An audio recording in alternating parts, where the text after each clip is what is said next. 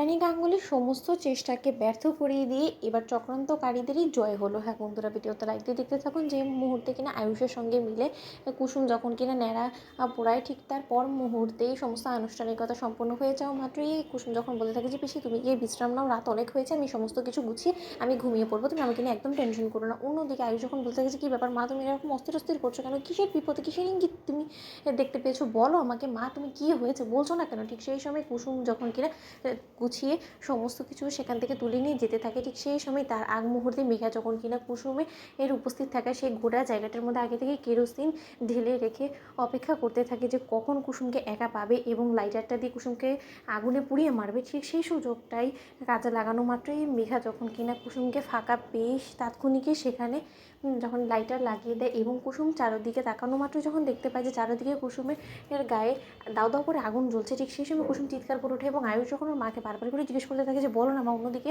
ইন্দ্রাণী গাঙ্গুলি বলতে থাকে যে আয়ুষ কুসুমের গায়ে আগুন লেগে গিয়েছে। অন্যদিকে কুসুমের চিৎকার চেঁচামেচির আওয়াজ শোনা মাত্র আয়ুষ, ঈশান সমস্ত লোকেরা কুসুমের কাছে ছুটে যাওয়া মাত্র যখন কিনা কুসুমকে বলতে থাকে যে কুসুম তোমার কিচ্ছু হবে না। অন্যদিকে ঈশান বলতে থাকে যে দাদুঘর আমরা যে করেই হোক না কেন তোমাকে বাঁচাবো, আমরা এক্ষুনি জল নিয়ে আসছি। অন্যদিকে সমস্ত লোকেরা যখন কিনা জল ঢেলেও কোনো মতে এই আগুন নেভাতে এক পর্যায়ে অক্ষম হয়, ঠিক সেই মুহূর্তে যখন কিনা আয়ুষ বলতে থাকে যে না না না, আমাকেই যেতে হবে, আমাকে যে করে হোক না কেন কুসুমকে বাঁচাতেই হবে। অন্যদিকে ইন্দ্রাণী গাঙ্গুলি বলতে থাকে যে আয়ুষ যে করে হোক কুসুমে কোনো ক্ষতি হতে দেওয়া যাবে না, তাহলে আমাদের বিরোধী যারা কিনা আমাদের বিরুদ্ধে চক্রান্ত করছে তারা জিতে যাবে। আয়ুষ যে করে হোক না কেন কুসুমকে বাঁচাও। অন্যদিকে মেঘা আয়ুষকে বাধা দিয়ে বলতে থাকে যে না আয়ুষ না, তুমি কোনো মতে নিজের জীবনটাকে ঝুঁকির মুখে ছেড়ে দেবে না, তুমি ভুলে যাও না যে এখন তোমার জীবনের একটা অংশ আমি, এবং আমার আর কী হবে বলো তো যদি তোমার কিছু হয়ে যায়, এবং আমি দাঁড়িয়ে থেকে আমার জীবনসঙ্গীকে এরকম একটা বিপদের মুখে ঝাঁপিয়ে পড়তে দিতে পারবো না কোনো মতে। কুসুম এত বড় একটা বিপদে পড়েছে, এর জন্য তো আমরা ফায়ার ব্রিগেডারকে কল করেছি, ওরাই না হয় এসে সমস্ত কিছু দেখবে, তার জন্য তোমাকে কোনো কিছু করার কোনো প্রয়োজন নেই, এতে করে তোমারই বিপদ বাড়বে।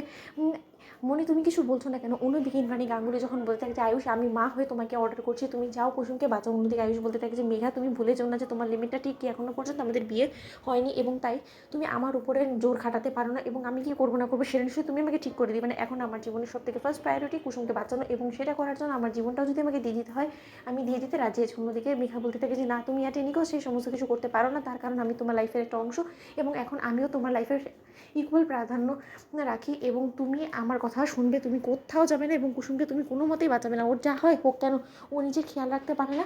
অন্যদিকে যখন কিনা শঙ্কর বলতে থাকে যে আয়ুষ বাবা দোহাই লাগে আমার মেয়েটাকে বাঁচাও, আমার মেয়েটার কিছু হয়ে গেলে আমি কী করে বাঁচবো। অন্যদিকে মেঘা যখন বলতে থাকে ও যা খারাপ, আপনার মেয়েকে বাঁচানোর জন্য কি আমার আর হবু স্বামী নিজের জীবনটাকে বিপন্ন করে দেবে নাকি। অন্যদিকে এক পর্যায়ে আয়ুষ যখন কিনা কারো কথার কোনোরকম কোনো তরকা না করে যখন কিনা আগুনে ঝাঁপিয়ে পড়ে এবং কুসুমকে রক্ষা করার আপ্রাণ চেষ্টা করতে থাকে, ঠিক সেই সময় অবশেষে আয়ুষ জিতে যায়। তো বন্ধুরা লাইক শেয়ার করে সাবস্ক্রাইব করো।